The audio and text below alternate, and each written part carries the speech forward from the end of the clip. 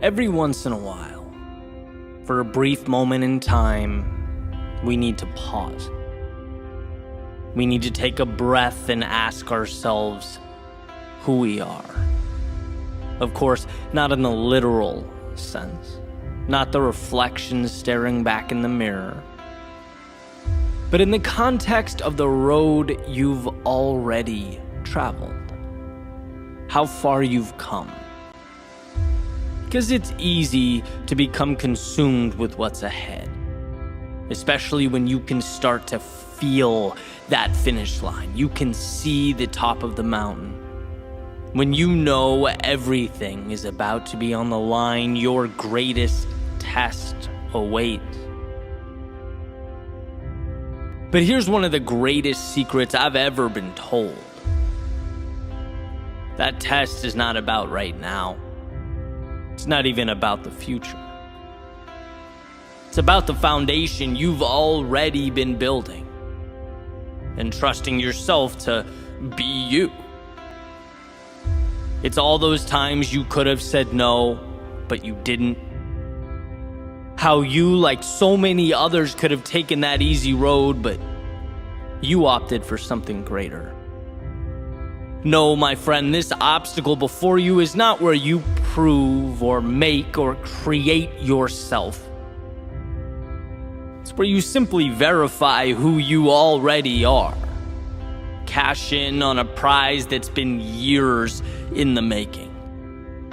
It's where you validate the price you've been paying for as long as you can remember. And what you need to take with you, what you need to understand right now more than any other time, is that you aren't here to simply survive or navigate foreign territory. No, you were made for this moment. There's a saying that pain is temporary, but quitting is forever. And that simple quote has got me through some of life's greatest trials and tribulations, most challenging times. Because to put it simply, when we're overwhelmed or we're amidst life's chaos, our minds don't scream out, "Oh, hey, you've gotten through this before, and you'll get through it again." They don't remind us of our strengths or reassure us of our dedication. No, when we feel like we are neck deep in chaos, all we see is what we're not. That's why people quit. They become consumed with the dark, forgetting that the answer is a light switch away, overlooking the fact that they already have everything they need. So let this be your reminder that getting across the finish line doesn't require some miracle. Doesn't require you to do what no one in humanity has ever done before. No, all it asks is that you believe in yourself, to hang on when others would let go, to continue forward when you most want to turn back. Because it's always darkest before the dawn, most challenging at the peak. When the roar of the crowd becomes audible and the trophy visible. Find it within yourself to rise amidst the pressure, not to shrink, but to expand. To be the most powerful person in your life, you. Because right now, in this moment, you have arrived. Years from now, when you look back, make sure you remember one thing about this moment. That you gave everything you had. That you leaned in on those late nights and those early morning wake-ups. The hours upon hours in the books, the preparation, dedication, and the resilience. That you knew who you were and let it manifest and lead you into the future. See, we all find ourselves at this fork in the road. The one where we have a decision to make. Will I survive or will I thrive? Will I exist or will I truly live? And in the race of life, It's when our hearts pound in our chests. The blood flows through our veins, our lungs cry out for air, our minds beg us to stop, slow down, relax. It's in that moment that we must carry on. We must be our best. We must put all those little pieces together to create our masterpiece. To breathe life into the foundation that you have been standing on this whole time. See, this moment is yours. If you're willing to endure, to hang in just a little bit longer, give just a little bit more, if you're willing to put all of yourself into the task before you,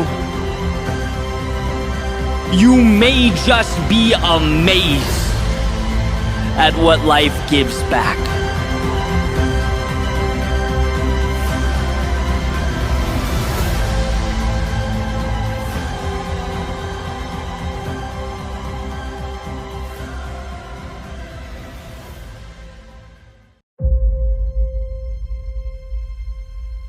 Reality is the existence of two entities. Those who create change and those who merely react to it. And so I've wondered what separates the one from the many. What differentiates a fleeting moment from a chapter in a history book? See, I think we all come to a point where we look up and we see no top to the wall we seek to climb. We look down and see the water rising at our feet with every breath. We look to our left and see those who are where we want to be tomorrow. And we look to our right and see the trail of decisions we love to take back from yesterday. This is where most create their limiting narrative, where most succumb to the world around them, but most is not all. And every soul eventually comes to find that it was shaped not by sunny days or easy roads, but by walking to the edge of the only world it's ever known and daring to risk the normalcy to which it's accustomed. Because our appearance in the light is the manifestation of what we do in the shadows when we're alone, fighting the little battles. Greatness isn't just a different level of results. It's a whole new set of rules. And the monumental task in front of you is the culmination of a battle that's already been fought thousands and thousands of times. It's been won or lost over and over again. Every time you decide to stand apart instead of follow the crowd, decide to flourish instead of just survive, decide to lead instead of follow, build instead of conform, when you endure, it's because you've decided that you are different, not in that moment, but every single day leading up to that point. This is not a reinvention, it's living out who you already chose to be. So the wall is high, you will climb because it's what you do. So the water rises, you will swim because it's who you are. So the people to your left have succeeded, there is always room at the top, and you will claim yours. So you failed in the past, good, because falling then means you endure now, and so you will. There's a quote attributed to Heraclitus on the realities of soldiers in battle. He says, look, out of every 100 men, 10 shouldn't even be there. 80 are just targets. 9 are the real fighters, and we are lucky to have them, for they make the battle. But the one is a warrior, and he will bring the others back.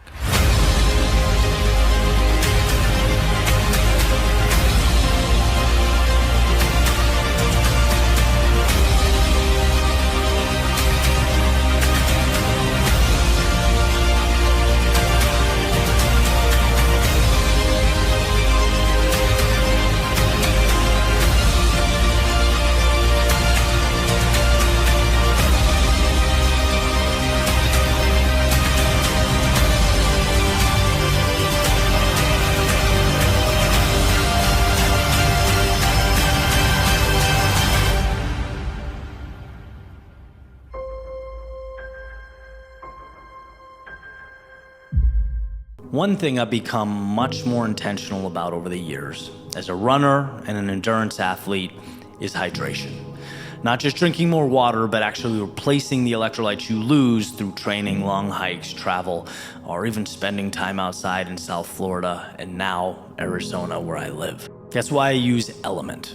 It's a no-brainer. It's a zero-sugar electrolyte drink mix with a meaningful amount of sodium, along with potassium and magnesium to help support hydration without all that sugar and junk that's in most sports drinks that are available to us. So when I'm running, I'm hiking, I take the powder packs with me. If it's after a workout, my go-to is one of their cold, already prepared cans. Like I've talked about on the show before, I've noticed 100% that when I stay on top of my electrolytes, I have more consistent energy, fewer headaches.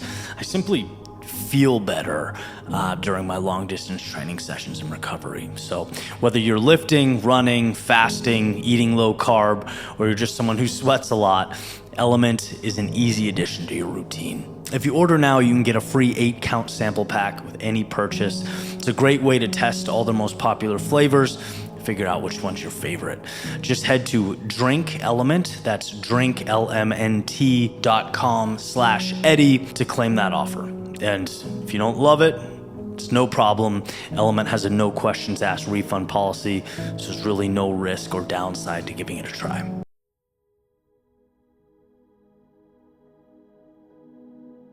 There's an old idea that once you've started, you're halfway there. How does that make sense, one might wonder? Once you've started, you've only just begun. And that's true, technically. But here's the thing. The journey, the ins and outs, ups and downs, trials and tribulations, they can all be dealt with. They knock us down from time to time, no doubt. But we learn, we adjust, and carry on as we move forward.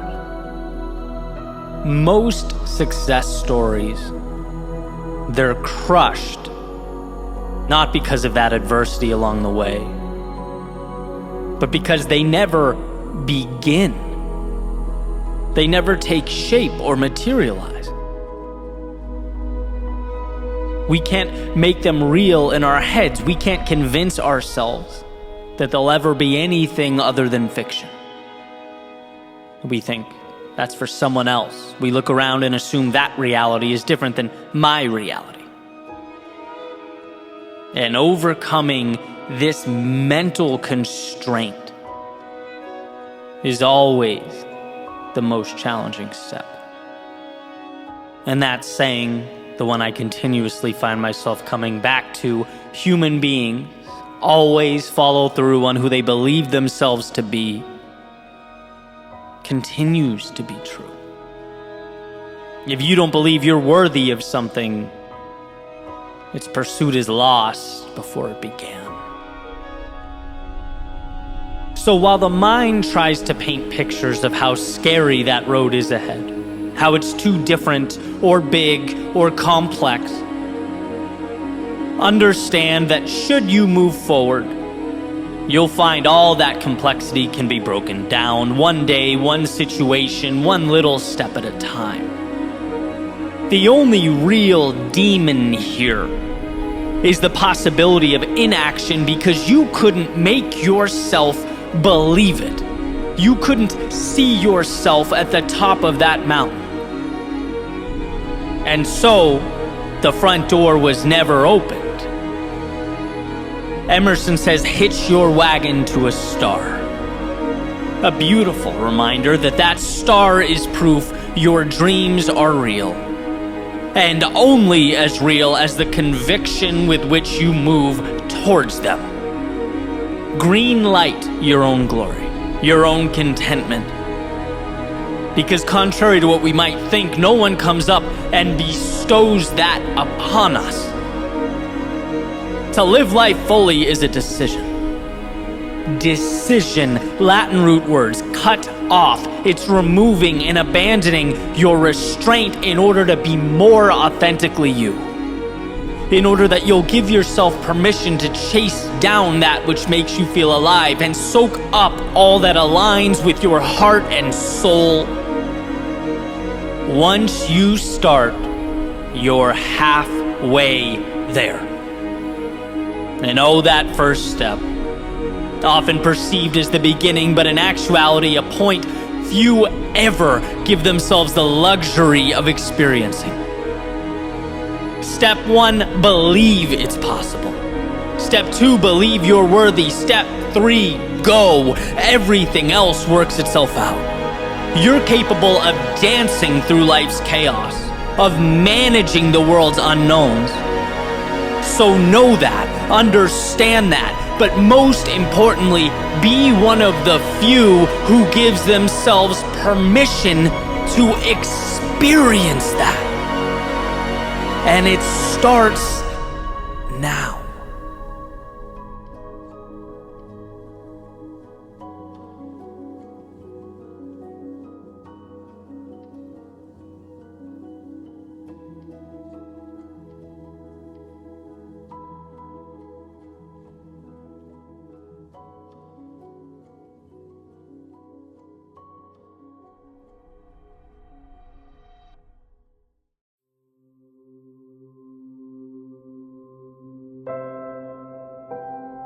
What is the complex but an accumulation of that which is simple?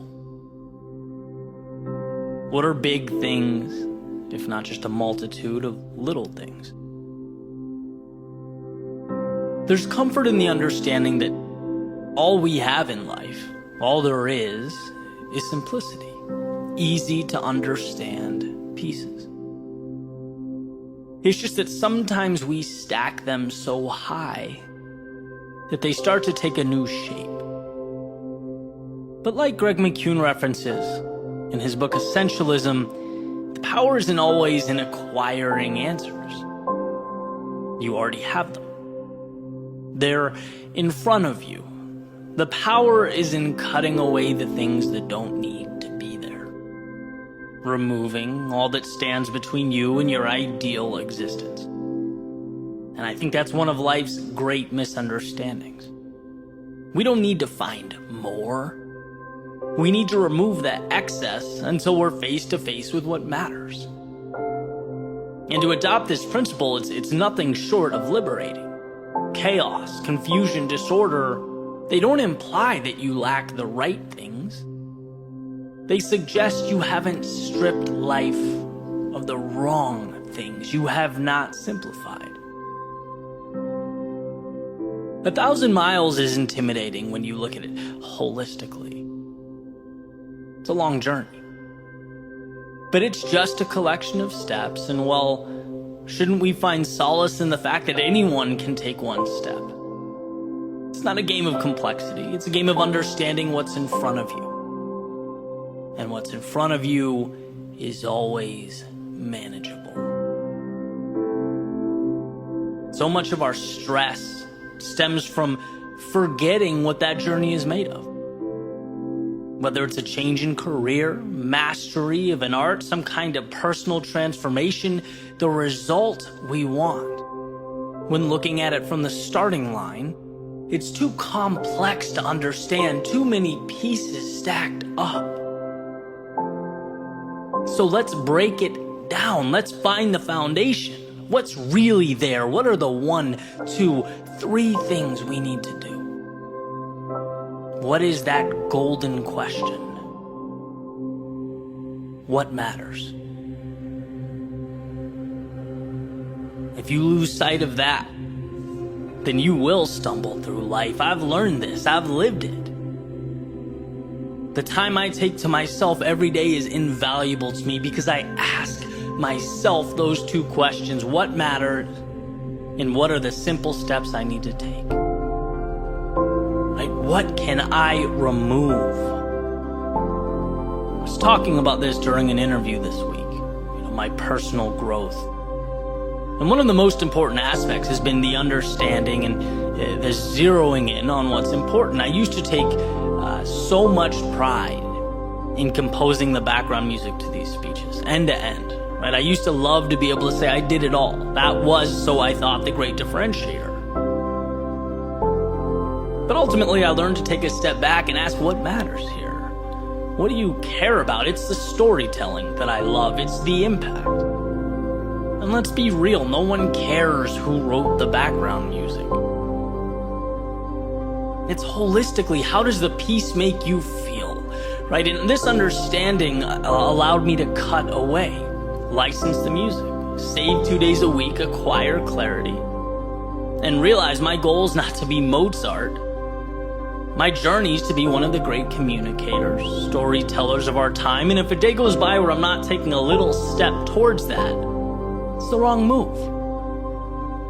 Small example in the grand scheme of things, but right on point. It's the power in understanding what matters that makes a difference, that allows you to grow, evolve.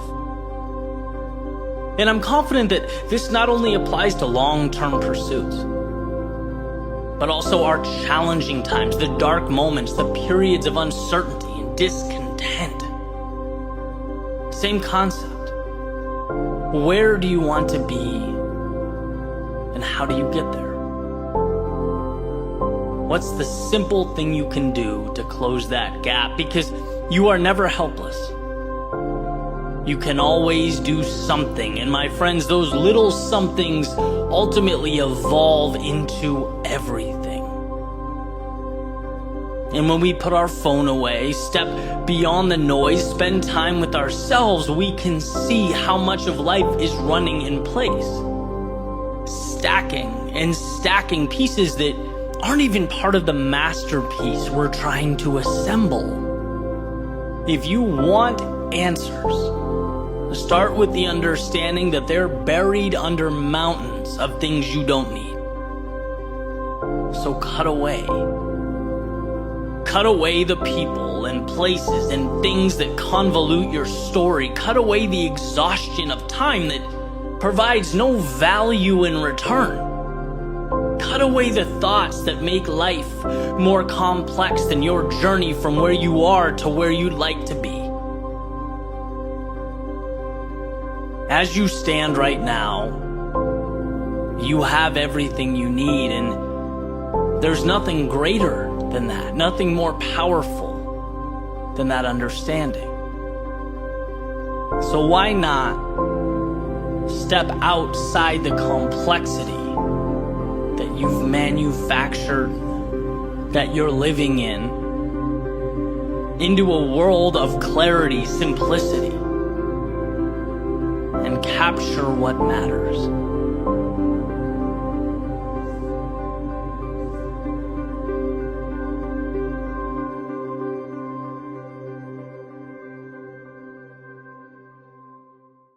If there's one thing I've never been great about, that's skincare. I'm outside all the time, I'm running, I'm hiking, I'm rucking, spending so much time taking care of my body that I forget that my skin is a part of it.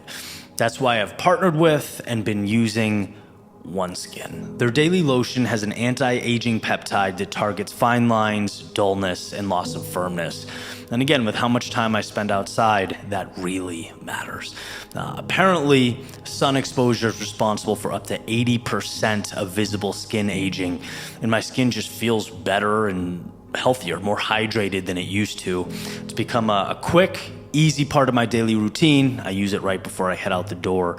It's also been backed by 4 peer-reviewed clinical studies. It has more than 10,000 5-star reviews, and it's recognized by Bloomberg as a leader in skin longevity. For a limited time, you can get 15% off with my code EDDIE at oneskin.co/Eddie. Again, that's 15% off at oneskin.co/Eddie. Back to the show. I wanted to know whether or not my heroes cried. Odd question, sure. But how much separates us? Are we merely in different leagues? Or are we from different planets? Do they ever feel down? And if so, how do they appear so composed? What made them the chosen ones? Do they ever feel less than? Ill-equipped, fearful, Do they ever look around in a room and wonder, should I even be here? Or were they gifted with a sense of complete and total acceptance? It's funny, a big part of my collegiate experience was rowing, which means pretty frequently we would find ourselves doing sprint workouts on the rowing machine. So like 2K tests, 6K tests, all that good stuff, right? And I remember wondering, particularly the fastest few guys on the team, what was their level of pain compared to mine? Could it be that they hurt less doing the exact same workout? Was it somehow easier for them? The answer to that's probably no. In fact, I'd bet they navigated the exact same hell I did. I think the best athletes endure the same physical discomfort. Industry leaders battle the same insecurities. The ones walking into rooms with their heads held high and shoulders back, yeah, they ask the same very human questions that I do. In other words, yes, our heroes cry. You know what else they do, though? Find a way to go regardless. When it hurts, they adjust and go. When they're scared, they reassure themselves and keep walking. When doubts emerge, they remind themselves that someone has to be the person to step up, so why not me?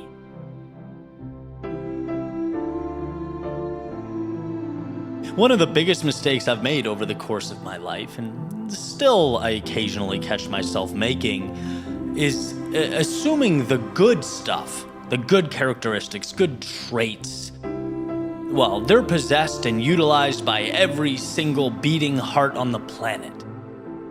While the quote-unquote bad things, they were personally assigned to me and me only. Perhaps because we can just be so lonely with our suffering, it's hard to imagine that others deal with it. Especially when everyone's online slideshow is, one of trophies, smiling faces, and captions that start, "I'm so proud to announce that." You know what I mean. But they hurt. Because like you, they are human, and human beings inevitably hurt. Life is highs and life is lows. And no one escapes the lows. Here is the deal, though. Hurt is not the end. It's the fork in the road. Hurt is decision time. Oh, easy for you to say, Eddie. You don't know my pain. Well, on the one hand, yes, true. On the other, you're doing exactly what I'm talking about here. Comparing suffering is a fool's errand. You can destroy with a hammer as well as an atom bomb. I don't think the entity being completely flattened cares which one does the leveling. And so, this universal truth poses a somewhat obvious question. If we all hurt and our heroes do cry, what is the differentiator? Well, it's the ability to address the pain and use it for something good. This is nothing more than me pointing at those currently sitting on mountaintops and saying, look, they did it. The runner who wins the race didn't suffer less.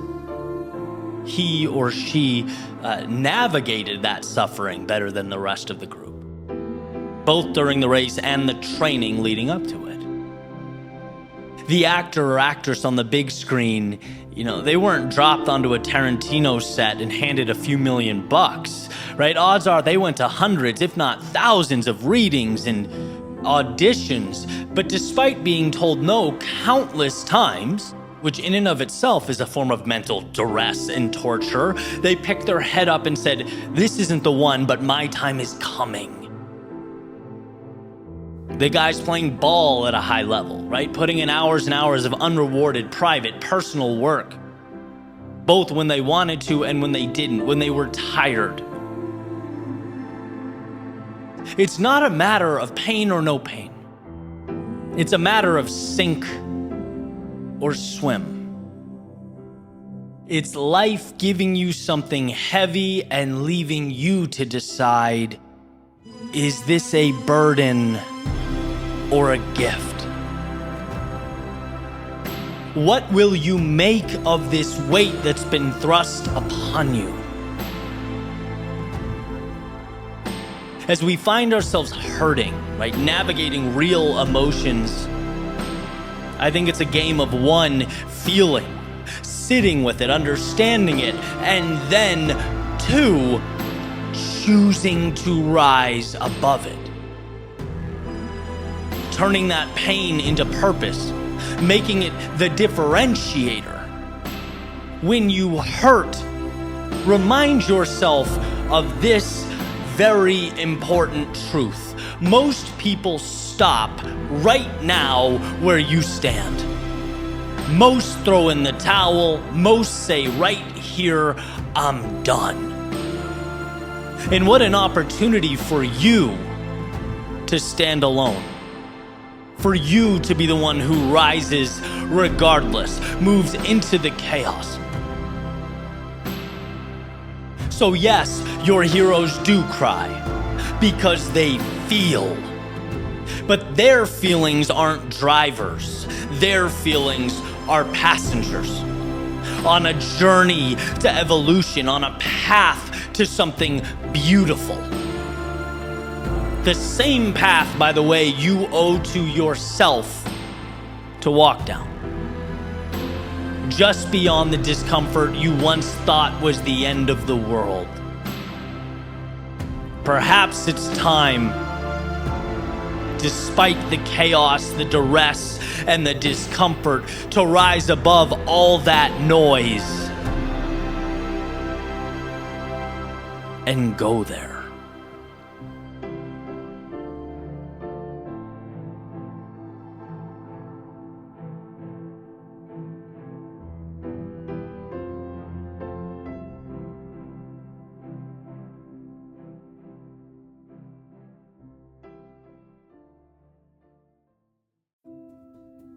Will you be courageous enough to light your lantern in the dark?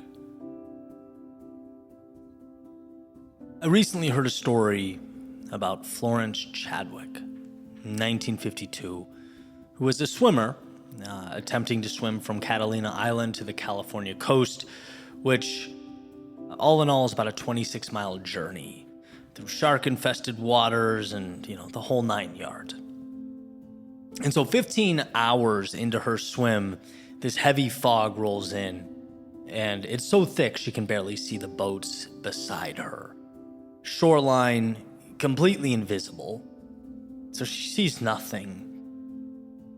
And, exhausted and just disoriented, she finally feels like enough is enough, asks to be pulled out of the water.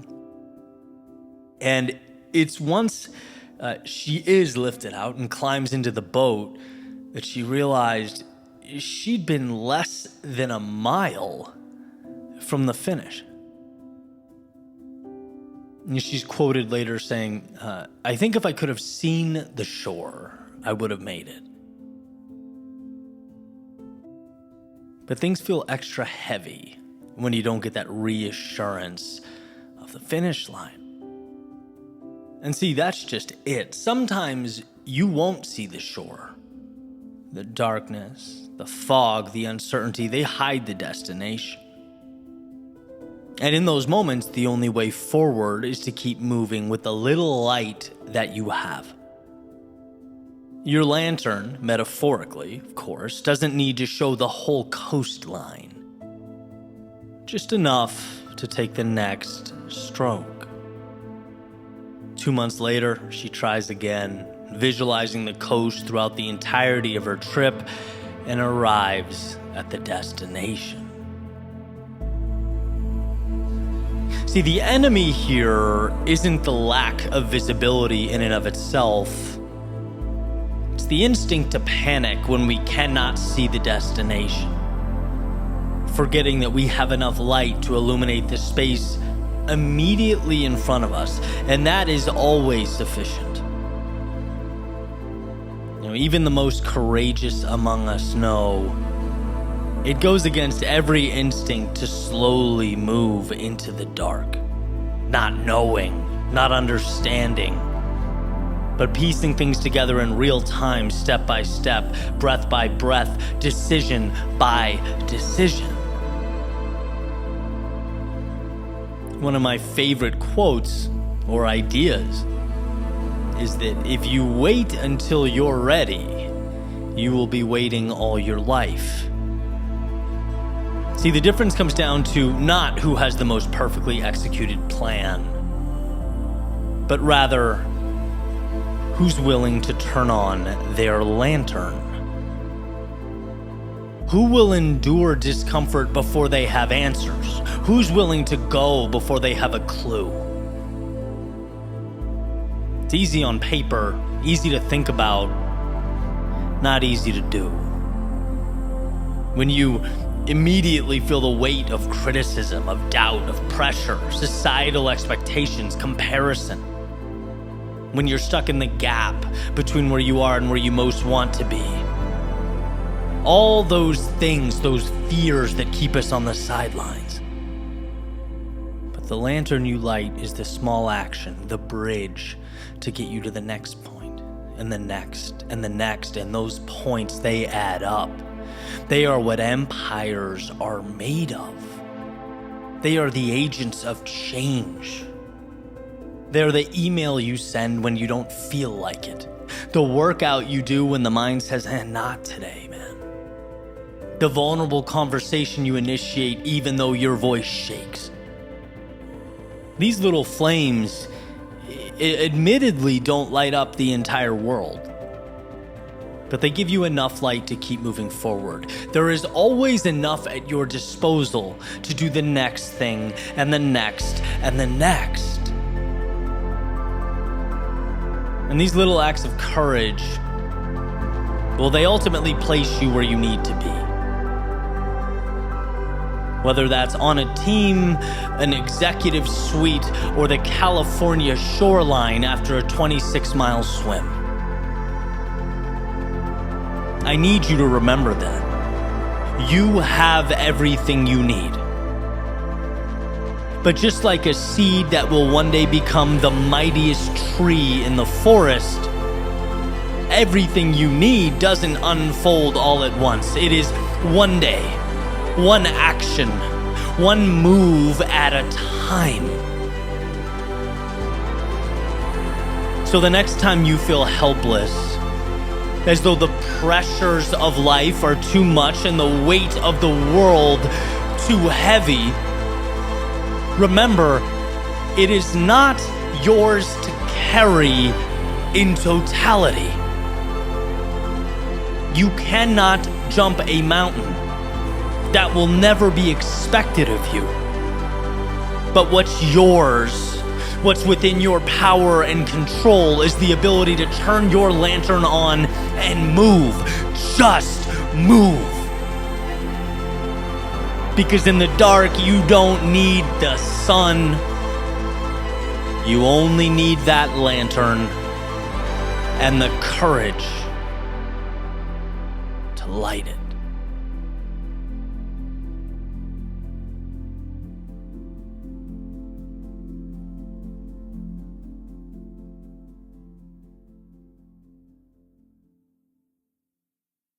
You know how strong you are. You've simply forgotten.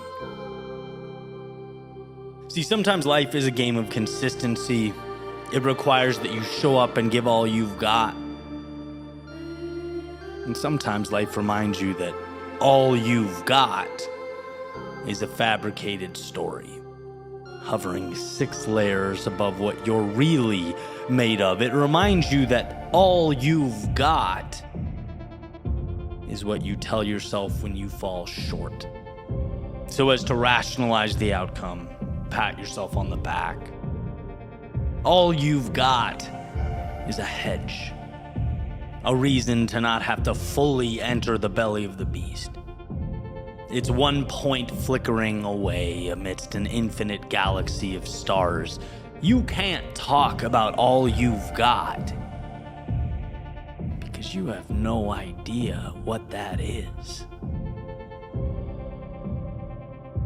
And what I want to know is, are you willing to peel it back, to rip that cover off, to stop talking about your best and all you've got, and instead find within yourself a place that transcends anything the mind wants to quantify and put a ribbon on?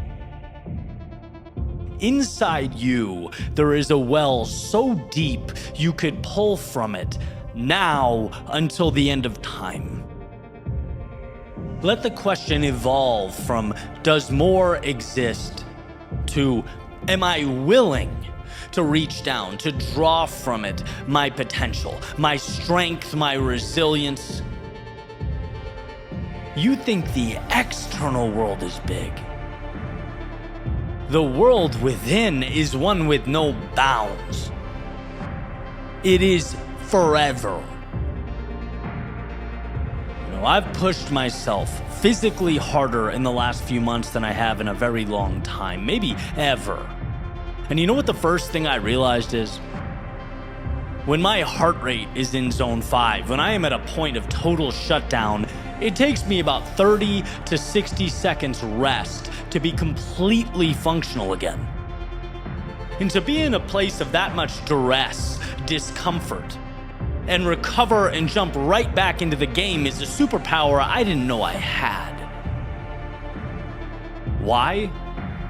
Because I'd never pushed myself that far. I'd never dared to draw from that well.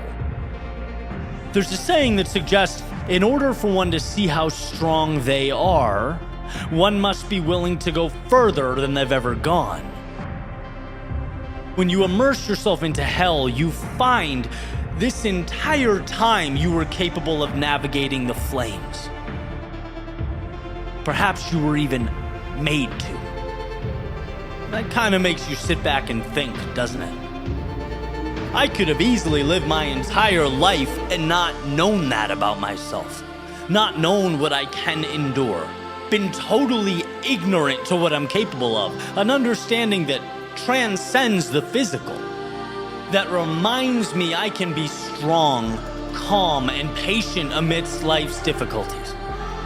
I can remain composed amidst the turbulence, which when you're in it feels equally impossible. You are capable of more than you can imagine, and that's not fluff. That's the reality here. You get what you give yourself permission to obtain, and the deeper you dig, the more you find. The harder you fight, the more life will present to you. So ask yourself how bad you want what you say you want. Is it enough to push yourself to that edge? Is it enough to see firsthand that your ability to recover, to persevere, to transcend adversity is a divine superpower? Because if the answer is yes, then my friend, things are just starting. Life is about to begin. Will you go beyond where most stop? Will you go to that place where you really get to see who you are? Again, not your quote-unquote best, not the lazy title, all you have, but the world beyond that. The place where the only thing that can stop you is you. And if you're willing, Godspeed.